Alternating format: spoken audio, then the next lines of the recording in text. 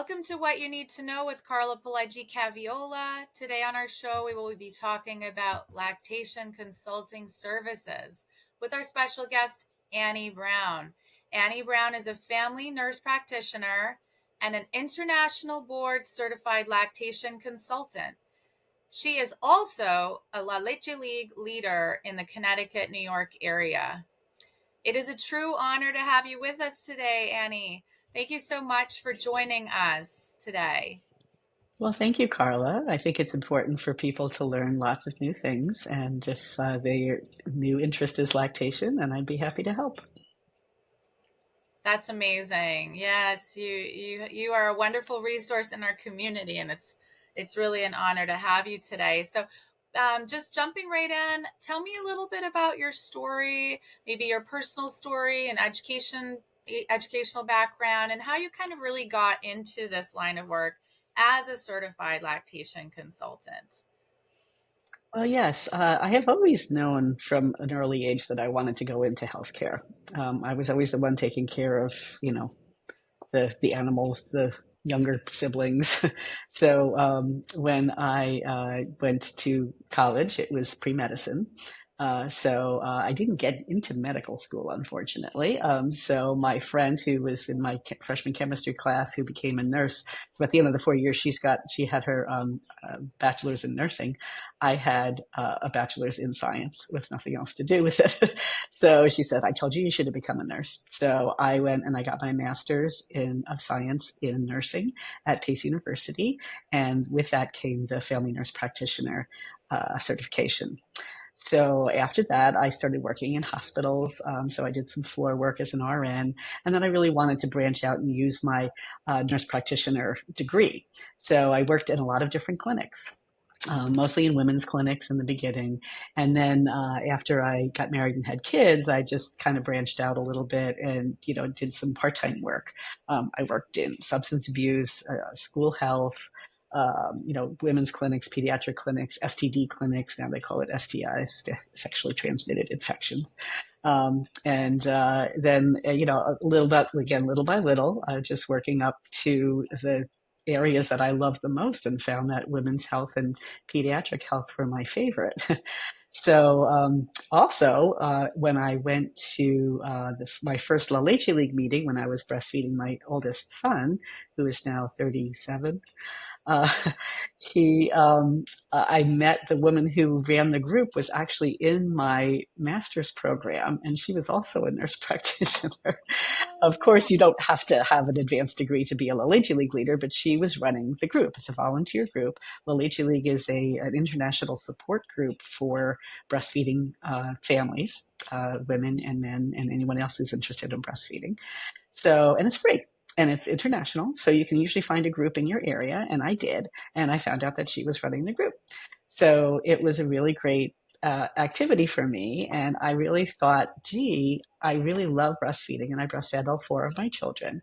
So when it got toward the end of my breastfeeding journey, I said, well, wouldn't it be nice if I was going back to work to have some kind of a blend of my nurse practitioner as well as the breastfeeding end of it. So I took the exam to become a lactation consultant when my youngest child was 5. And I didn't act on it right away. But when I did want to go back to work, I wound up starting working with Dr. Christina Smiley up at her breastfeeding practice, which is one of the first one in the nation in Stratford, Connecticut. And Wow. after that, I worked up there for several years, and then my pediatrician hired me, so I worked for him for several years. And then I decided it would be really nice to go out on my own and do a private practice. And so since 2015, so coming on Wow. 9 years or almost 10 years, I will have had my own private practice in the Greenwich, Connecticut area, and I serve Portchester, Rye Brook, and also Greenwich and Stamford. And I am very happy with what I'm doing now. And I will never find another job who wouldn't love to hold newborns for a living. I know. Oh my goodness. Wow. That's amazing. Yeah. Oh my goodness. So you have so much experience again, as an as a nurse, as a, working in multiple settings, women's clinics, pediatrics, and then getting connected with Leche League, becoming certified, and then now starting your own practice. How many years have you been? I know you said it's about 9, almost 10 in your own practice, but how many years have you been working in kind of lactation? I know you certainly spent a lot of time also as a nurse, family nurse practitioner. Well, I became a Leche League leader when I was pregnant with my daughter, and that was 20, almost 29 years ago. Yeah. So I have been working in lactation, helping mothers on a volunteer basis for that long. And I Yeah. got my lactation consultant certification in 2001. So that's been over 20 years now. And I've actually been in practice as a nurse practitioner for 40 years. So a lot Wow. of experience. Amazing. You are amazing, and you're an amazing resource in, like you said, the Greenwich, Connecticut area. So that's northern kind of Westchester area and southern Fairfield County, Connecticut area, for people that are just getting to know you today. That's amazing. So, I mean, a lot of people feel like sometimes breastfeeding is just going to be so easy and natural, and maybe it can for some people, and it just, happens easy with no complications. But certainly, I think a lot of people are caught off guard, and this is why this episode is so important too, right? So what would you say the common challenges are that, moms might experience that you have witnessed in your type of work in regards to, lactation, any kind of complications that arise and so forth? Sure. I think that breastfeeding it's kind of had a bad rap to a certain extent because I would say most women experience some form of nipple pain after their babies are born. Most of it is mild, but there are some others who come out of the hospital with scabs on their nipples, and it can be very Wow. uncomfortable. So I think that because of that, a lot of people have shied away for many years from breastfeeding.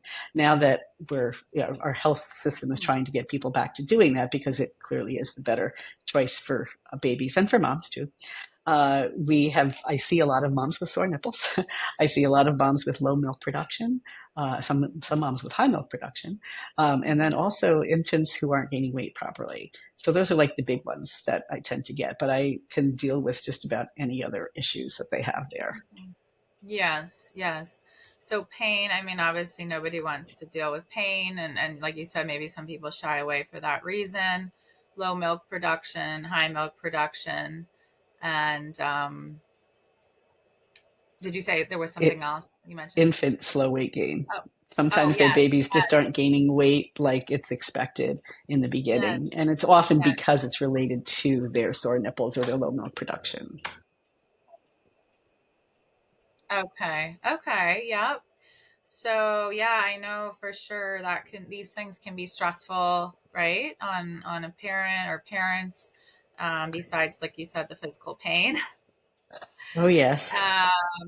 Yeah, I know just with working with this population as a perinatal mental health specialist, so, working with women during maybe trying to conceive, during their pregnancy, and then their postpartum period, which extends through that year of, post delivery unless lactation, continues beyond that, right? We would call that the postpartum period. I know Mhm. that there can be a lot of stressors surrounding breastfeeding, right? And like you said, maybe it's physical pain, but it can also be just a lot of stress, anxiety, whether it be about, like you said, maybe the right level, getting enough milk, or, making sure the baby's gaining weight. These things can all be very stressful, in addition to some other things, right? Like sometimes mastitis, is that something you see a lot with, you Yes, know, much less lately though, because in lately? 2022 they came out with new guidelines for mastitis, Okay. where you might find on the internet, especially older websites, that they used to use breast massage, and heat for Yeah. any kind of mastitis.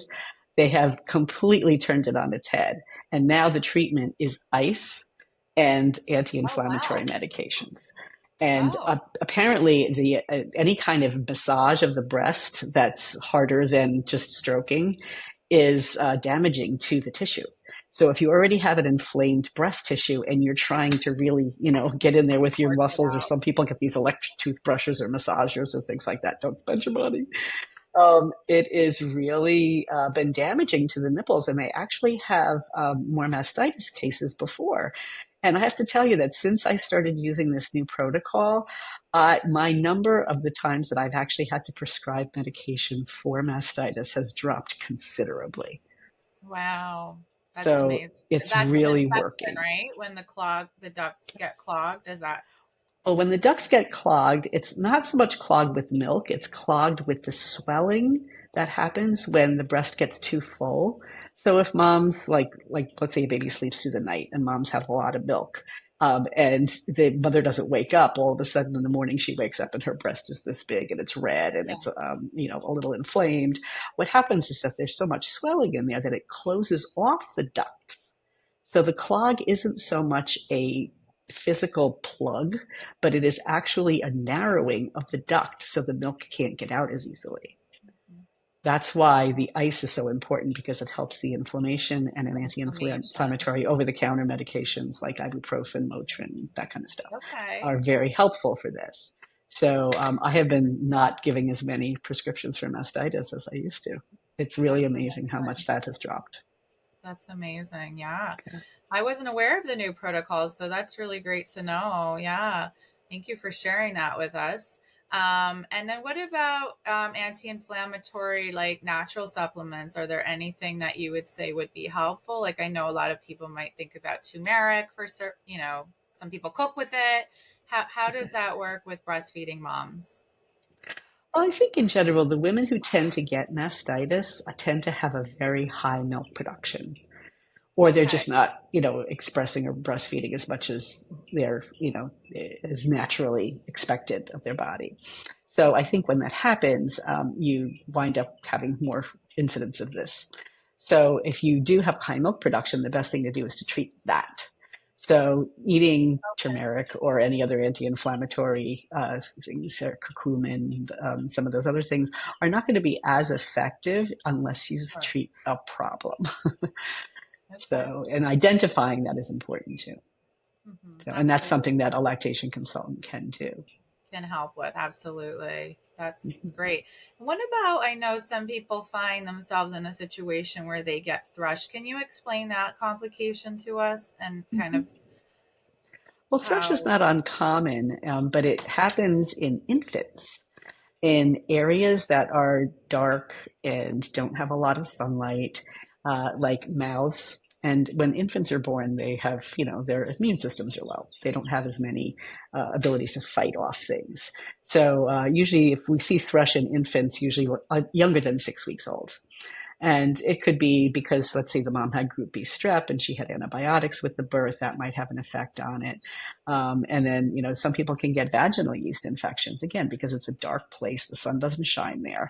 And, those are places that tend to get yeast infections. The women who get yeast infections on their nipples are usually people who have some kind of low ability to fight off infections.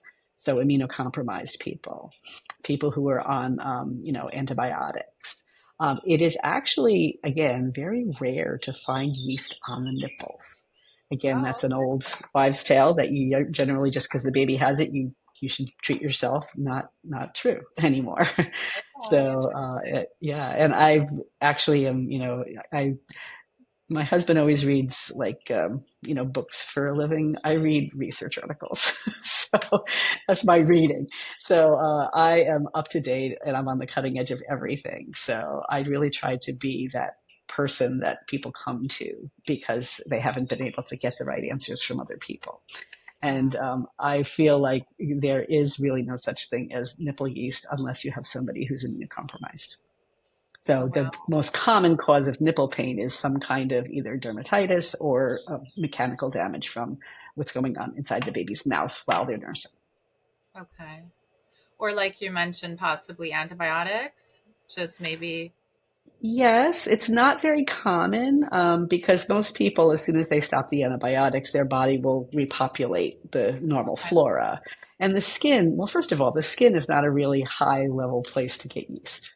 Yeah. So because Okay. it's exposed to the sun, it's Yeah. usually in like dark, dank places and moist Okay. places. So the Okay. nipple is not always that way. Yes, I mean, you can get moisture from the nipples being there. There's actually a product out there called Silverettes that people will use to put on their nipples, and that can actually create that dark place in there.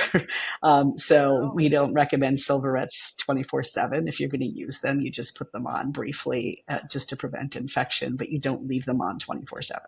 Because when that happens, all the milk kind of pools there and it kind of macerates your tissue. If you left your hand in water, it would, wrinkle and turn of all course. kinds of Of like course. weird shapes. And that's what happens with your nipples when you're constantly keeping them wet. So it's better to wear, a pad that doesn't have plastic on it if you're Okay. a leaker. But in Okay. general, we don't see nipple yeast as much as we used to anymore because it was never there to begin with. Okay. This is very, very informative. I thank you so much for sharing that. So again, there's obviously a spectrum, and I'm sure there might be other things that can happen that can make it a challenging time. I know for some people, maybe it's a tongue tie or a lip tie and things like that. I hear that a lot also with clients. But how do you feel these? I mean, from your end, I know I see more like the mental health part. So helping people deal with maybe stress, anxiety, feeling overwhelmed. Sometimes it can affect depression, things like that as well, um, and vice versa. How do you see these challenges affecting your patients? Well, I think that in general, women don't trust themselves. And I think that lack of confidence that our society has kind of given them, society has created experts in just about every field. So nobody feels like they're an expert on themselves. So they always look toward like self-help or, other people to help them kind of like find themselves. But there's really already a built-in you know, instinct that we all have. That if we are not following that instinct, then I think it makes it very difficult to do things like breastfeeding. So I think a lot of people go into this feeling like, I don't know what I'm doing. But it's also because in general, our whole society is moving away from community living.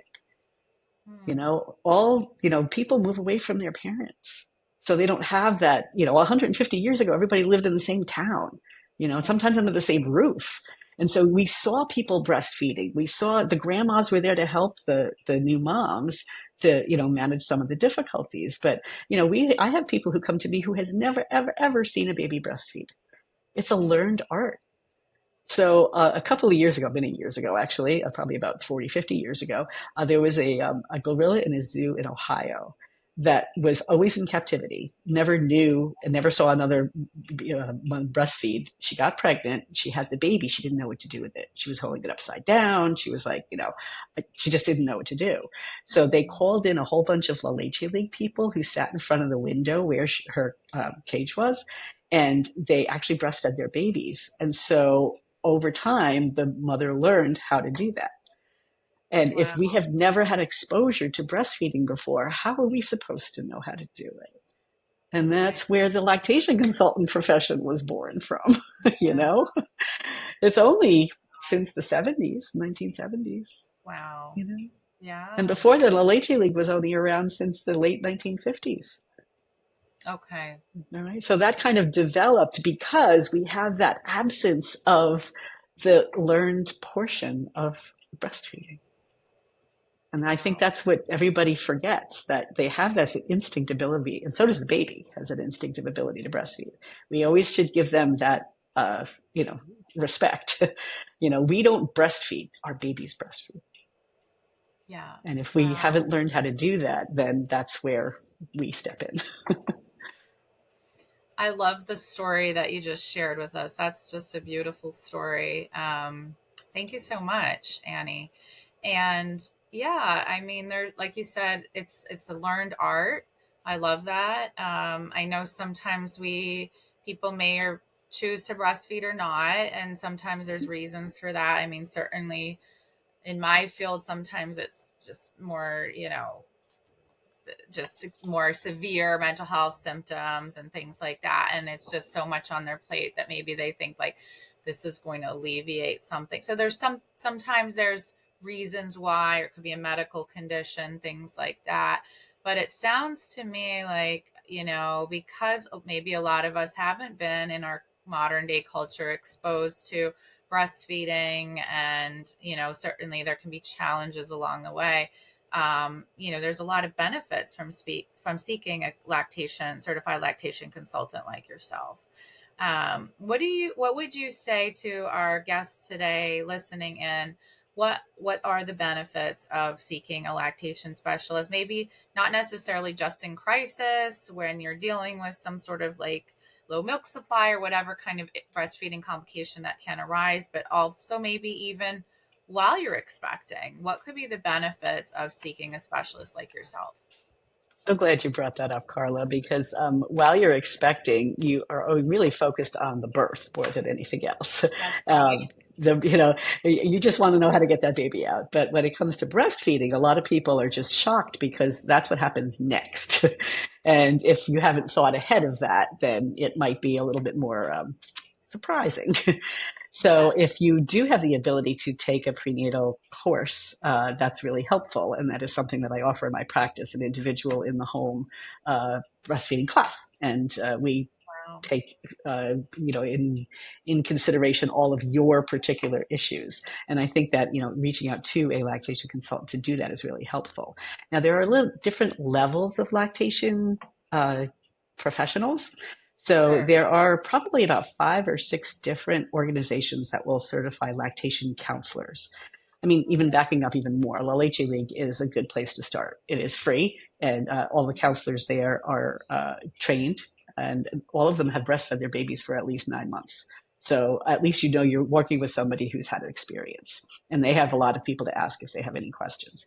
So if you can't get your problem solved through the Leche League, then you can start with something called a breastfeeding counselor, and a breastfeeding counselor can help you talk through things. They don't actually do any exams on you or anything like that. It's just just a counseling visit. And a lot of this stuff can be done online too. So it doesn't have to be an in-person visit. But again, if you haven't really felt like you've gotten the help that you needed from a counselor, then you can start looking for the gold standard, which is the International Board Certified Lactation Consultant, or an IBCLC. And those people have been trained. They have a lot of mentorship hours and they take courses. It's a very intense program, and it is the only certification right now for people that they can actually. It's the highest level of certification that you get into lactation. There's a new doctor certification out there now, but that's brand new, and that's still working on it. So if you have difficulties and you wanted to have an in-person visit and the other things haven't been helping you, then I would definitely hire a lactation consultant to come. It's covered by most insurances, although it's sometimes hard to get reimbursed. And I think the cost is a barrier for a lot of people. So I think it's important to see if your insurance does cover it. And most lactation consultants have some insurances that they're in network with, but there are some insurances that don't credential lactation consultants. I am in network with almost all the big insurers, including Medicaid in Connecticut, but it's because I'm a nurse practitioner. So if you don't have an advanced degree, you're not always guaranteed that you can get in network. Mm-hmm. So look at your policy, decide what it is something that you can do. They don't always cover everything. Sometimes they just cover a portion of it. So I'm Okay. hoping that will improve with time as well. But the cost is a factor for a lot of people. Wow. So no, that's really helpful to know, is just the different tiers and levels of this type of work. And like you mentioned, the golden standard, should you need that level, of course. Um, Now, you mentioned one of the barriers can be maybe finances, or people being concerned, oh my goodness, is this covered by my insurance, or having to make the call, or having to reach out and do that when they might be feeling overwhelmed as well. But what do you find other barriers are that hinder women from seeking lactation support? Well, I think that sometimes you get conflicting advice. And if they feel like they haven't gotten good advice from a particular provider, then, they figure, okay, well, all is lost. The other thing is that, social media. I mean, there's a lot of like bad information out there. So, being careful of what your sources are when you're looking on social media. And also sometimes your family members can be discouraging too. Oh, you don't need that, those kind of things. So, Yeah. but if you really feel like you need it, you should follow the mouse into the hole. And if you're not even satisfied with your lactation consultant, then reach farther than that. I mean, I wind up getting a lot of cases where, people have seen several lactation consultants and haven't had their needs met. I mean, they have to a certain extent, but it's beyond their ability for their practice. And that's where people like, people with advanced degrees can come in, because we bring in not just the lactation consultant piece, we bring in our knowledge of the body and all the training that we have gone through for our nurse practitioner or our physician degrees and things like that. Absolutely. That makes total sense, where you're really marrying whether it's being a nurse practitioner or a physician, and then the lactation consultant specialty on top, right? I mean, now you're looking at not just one thing, but you're looking at the whole person, and not just the whole person, but, you have the developing newborn, infant, and so forth. And Yeah. most IBCLCs can do what I do too, but I can take it to the next level. So if there are things that are beyond their scope of practice, then it would be something that an advanced provider can do and help. Thank you so much for clarifying that. I think that's really important to understand that there's different levels. And I think you're right. I mean, I know for myself and even other people sometimes getting conflicting, right? When lactation, specialist might say this, one might say that. And then you're just like a new mom and you're trying to figure out, like, what am I supposed to be doing? Is it this? Is it that? It can be so confusing and discouraging. And then if you're on pain on top of it, right? Like, it can be very overwhelming, and this is where that can cause a lot of postpartum stress or anxiety or other things that, certainly emotional complications, not just I for would the say about yep. 75% of the people that I see have like anxiety, or they're worried about something. And a lot of it is situational, that, Yep. if the pain is gone or if the baby starts to gain weight, then it kind of goes away. But I would say that most of the clients that I see have some form of mental distress when I'm seeing them. Yeah, yeah. And there It's a is tough that time. correlation, right, between, Yeah. stress, breastfeeding, and vice versa, and other emotional complications. I know Your we've discussed hormones that are a little doing bit in the this. past. You're Yeah. leaking out of every orifice. You have pain, and some people have stitches. So, Yeah. it's a tough time for a lot of people. So, and if they've ever had any kind of mental health issues before, that's when it will be magnified. You're not getting any sleep, and that adds to it too. So there's just so many Exactly. things, so many Yeah. things. So if No, you feel like you're out of control and just like, barely holding it together, then, you need to reach out to somebody, even if it's the lactation consultant who can connect you with a lot of people in the community that can help you. So someone like you, Carla. yes, yes. And we work very closely together as in your profession, and then perinatal mental health specialists, whether it be an OBGYN or other types of providers as well, pediatricians. So we do need to collaborate so we can make sure people can heal, like you mentioned, and be able to move towards health and wholeness quicker versus just, them realizing like they're overwhelmed and not knowing where to go. So this is really helpful, and hopefully, this is bringing a lot of clarity to everyone today. What would you say some tips would be for anyone watching? Any final tips? Maybe somebody that is struggling, or maybe they might have a family or friend that might be struggling. What would be some final tips you'd like to give them today? Well, I think that if they are struggling and they're finding it difficult and their instinct is telling them that I know that there's a better way, then you should reach out. And depending on what your issue is, if it's particularly breastfeeding, reach out to your care providers. There's a lot of doctors who know the local lactation consultants. Reach out to the hospital that you delivered in. They have lists of lactation consultants that you can see. Reach out to, there's also a group around here called tristatebreastfeeding.org. And Okay. between the tri and the state, there's a hyphen. So it's PRI-state breastfeeding.org. And they have lactation consultants and other birth professionals listed that are in the New York, New Jersey, Connecticut area. You can also look at just type in find a lactation consultant. And, Wow. it's, you might want to go toward something like the ILCA or the International Lactation Consultant Association. There's no one big lactation consultant directory because they just don't publish those names, but the people who pay to belong to certain associations can get their names in a in a database that people can look up. There's another one called Milk, MILK, that you could look up, and that's out of Massachusetts. But again, just look up find a lactation consultant. But you're probably better off with a personal reference from somebody who's used one. I get a lot of my referrals from Facebook. That I use this person, because there's usually comments and a lot of people comment underneath it. Or your hospital or your pediatrician or the obstetrician. That's right. Yes. Many hospitals will have lactation services, inpatient, outpatient, things like that. So thank you. That's really important to know is, you don't have to struggle alone. You don't have to try to figure it out on your own. This is why you do what you do to try to help facilitate breastfeeding moms and parents in this journey together. So that's wonderful. So if anyone would love to reach out to you, I know you're based in Greenwich, Connecticut, also serving, again, some of Westchester and Fairfield County. What is the best way that they can reach out to you, Annie? Well, I have a website, and it's advancedpracticelactation.com, and the advanced has a D on the end. So, you could also call me at my phone number. I usually make appointments on the phone directly. I am my own secretary, so I choose, I choose to do that because I just wanted to make it more kind of an intimate experience for people.